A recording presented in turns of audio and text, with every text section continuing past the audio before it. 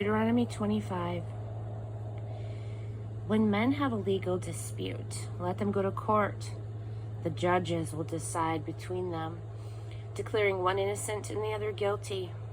If the guilty one deserves punishment, the judge will have him prostrate himself before him and lashed as many times as his crime deserves, but not more than 40.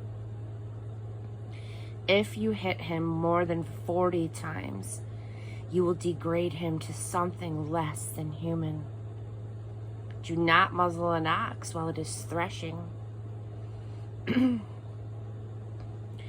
When brothers are living together and one of them dies without having had a son, the widow of the dead brother shall not marry a stranger from outside the family. Her husband's brothers to come to her and marry her, and do the brother-in-law's duty by her. The first son that she bears shall be named after her dead husband, so that his name won't die out in Israel. But if the brother doesn't want to marry his sister-in-law, then she's to go to the leaders at the city gate and say, "My brother-in-law refuses to keep his brother's name alive in Israel. He won't agree to do the brother-in-law's duty by me." Then the leaders will call for the brother and confront him. If he stands there defiant and says, "I don't want her," his sister-in-law is to pull his sandal off of his foot. She is to spit in his face, and she is to say, "This is what happens to the man who refuses to build up the family of his brother. His name in Israel will be Family No Sandal." When two men are in a fight and the wife of the one man, trying to rescue her husband, grabs the genitals of the man hitting him, you are to cut off her hand. Show no pity. Don't carry around with you two weights, one heavy and the other light. And don't keep two measures at hand, one large and the other small. Use only one weight, a true and honest weight, and one measure, a true and honest measure, so that you will live a long time on the land that God your God is giving you. Dishonest weights and measures are an abomination to God your God. All of this corruption in business deals. Do not forget what Amalek did to you on the road after you left Egypt. How he attacked you when you were tired.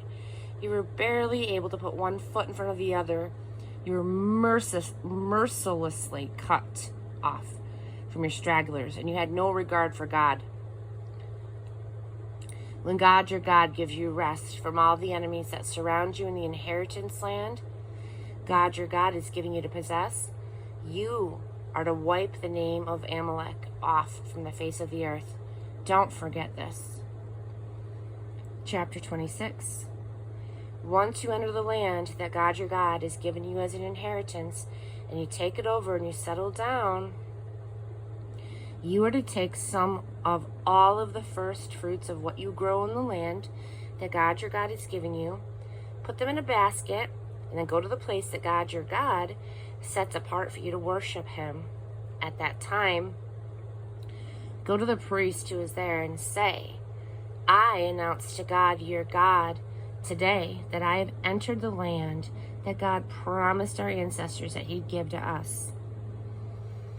The priest will take the basket from you and he'll place it on the altar of God your God, and there, in the presence of God your God, you will recite,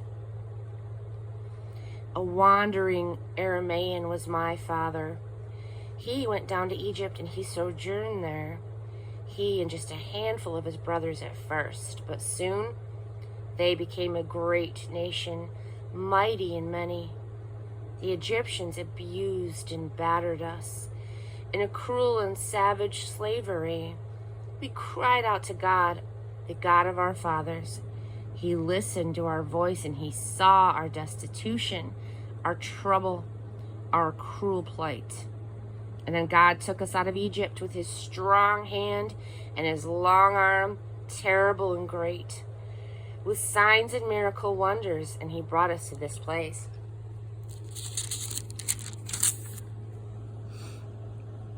He gave us this land flowing with milk and honey. So here I am. I've brought the first fruits of what I've grown on this ground that you gave me, oh God. Then place it in the presence of God your God. Prostrate yourselves in the presence of God your God and rejoice.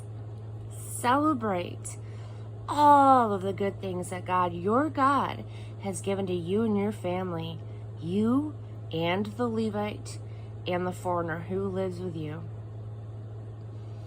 Every third year, the year of the tithe, give 1/10 of your produce to the Levite, the foreigner, the orphan, and the widow, so that you may eat their fill in your cities. And then, in the presence of God, your God, say this: I have brought the sacred share. I have given it to the Levite, the foreigner, the orphan, and the widow. What you commanded, I have done. I haven't detoured around your commands. I haven't forgotten a single one. I haven't eaten from the sacred share while mourning. I haven't removed any of it while ritually unclean. I haven't used it in funeral feasts. I have listened obediently to the voice of God, my God. I have lived the way that you commanded me. Look down from your holy house in heaven. Bless your people Israel in the ground that you gave us, just as you promised our ancestors that you would, this land flowing with milk and honey.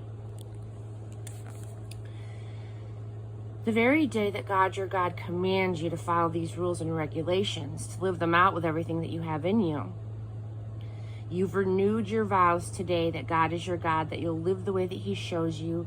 You're going to do what he tells you in the rules, the regulations, and the commandments, and you're going to listen obediently to him. And today, God has reaffirmed that you are dearly held treasure, just as he promised. A people entrusted with keeping his commandments. A people set high above all other nations that he's made. You're high in praise, fame, and honor. You are a people who's holy to God, your God, and that's what he has promised.